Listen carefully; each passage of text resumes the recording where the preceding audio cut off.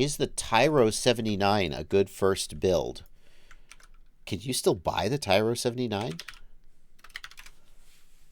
I mean, that's a blast from the past. Eachine Tyro 79 Pro, September 2022, August 2022.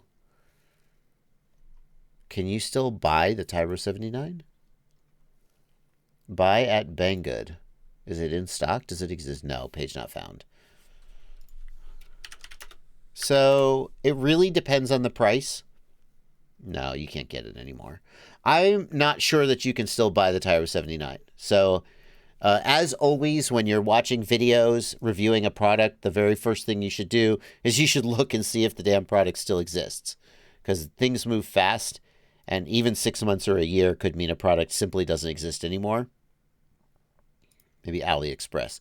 Come on, AliExpress. Come through for me. Only 0 left. The Tyro 79 was a very inexpensive first build. And for the price, most people who built it felt like they got their money's worth.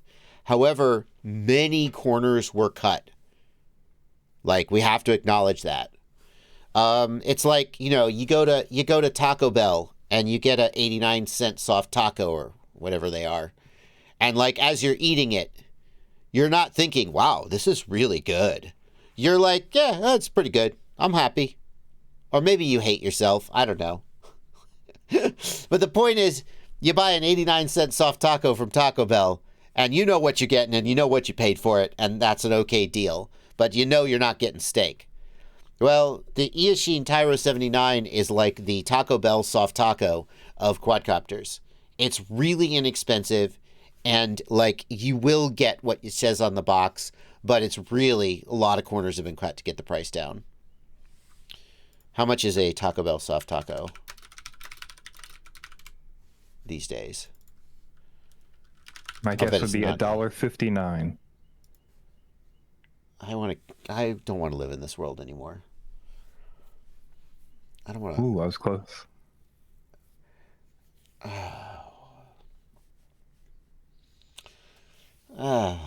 Whatever. These pictures are extremely complimentary, I would like to say. Anyone who's eaten at Taco Bell knows that that is not what they come out looking like. $2.69 for a soft taco supreme. Jeez. What are you getting? You getting the supreme, you getting some sour cream. I'm paying another 90 cents for some sour cream and some tomatoes. Come on.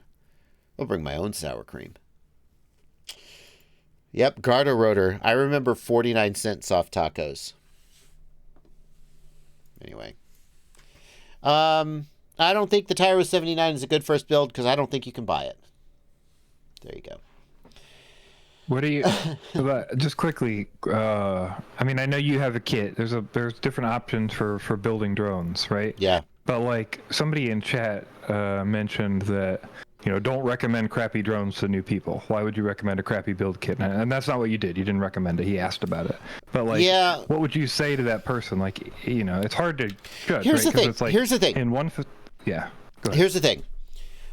Let's talk about the Eachine Wizard. The Eachine Wizard, was, maybe it's, I think they might still made a new version of it. But back in the day, back in like 2017 timeframe, the Eachine Wizard was like $100, and you got a quadcopter. I don't remember what the kit was. It was definitely less than $200 for sure, maybe a 150. You got a controller, a battery, a charger, a quadcopter. They all came out of the box. Literally all you had to do was turn the controller on, put the props on, and go fly.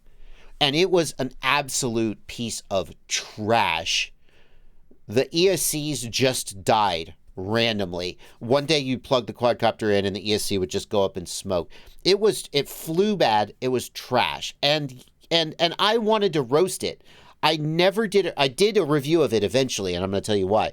For the longest time, I pretended the damn thing didn't exist because I thought I cannot in good faith recommend or suggest or even imply that anybody should buy this damn thing. And then I heard from people, and people would say, yeah, the Eachine Wizard was a piece of trash. It was my first drone. I wouldn't be in this hobby if I had never bought a Wizard, because everything else was so expensive that it was a deal breaker for me, and I just didn't want to commit. And I spent $150 on an Eachine Wizard. I loved it. It died. I bought the next thing, and it got me into the hobby. And I heard that message so many times that eventually I went, okay, I just need to get off my high horse. And like, there's a difference between like having principles and standards and then just like kind of putting yourself up on a pedestal and being like, I'm too good for all this garbage that the normal people use. And I thought, okay, I have to see which way the wind is blowing. And I feel the same way about the Tyro 79. And there was also a Tyro 119, which I think was a 7-inch drone or maybe a 6-inch drone. I heard from so many people who built those things and loved them, or at least felt like they got their money's worth, despite the fact that they were worse quality in terms of their hardware. And I went, okay, I hear what you're saying. Like, at the end of the day, I think that it's very tempting as a reviewer to think like you know better and you know what people should do. And on some level, as a reviewer, your job is to say, here's what you should do. Like, on some level, your job is to say, here's a product, you decide. But like on some level, every reviewer has to think they know better than that, they have some special insight that they can offer. And maybe they know better than the rest of the people who are watching.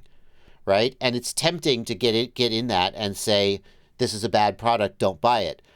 But when you hear from a bunch of people who actually spent their money and still like the product, no matter how bad you think it is, you have to take that into account. So, there you go. I just ordered HD0 goggles. What's a great, quiet 2 to 3S front yard freestyle whoop without prop guards? Thank you for a $5 super chat, Curtis Hayes. I think I would point you towards something like the Flywoo 2-inch. What was it? I can't remember if it's called the Dragonfly, but the Flywoo Baby Nano 2S. It's a 2-inch drone, runs on 2S batteries. It doesn't have prop guards and it flies really well. If you're thinking about 3S, you might be going more up to like a 3-inch toothpick style drone, like the Crux 3.5. If you're going to go to 3S and 3-inch, you may as well go to 3.5-inch, in my opinion, because it's going to fly better and it's not going to be that much louder, more expensive. I'm not sure if the Crux 3.5 runs on 3S or 4S, but something like the Crux 3.5 if you want to go the next step up.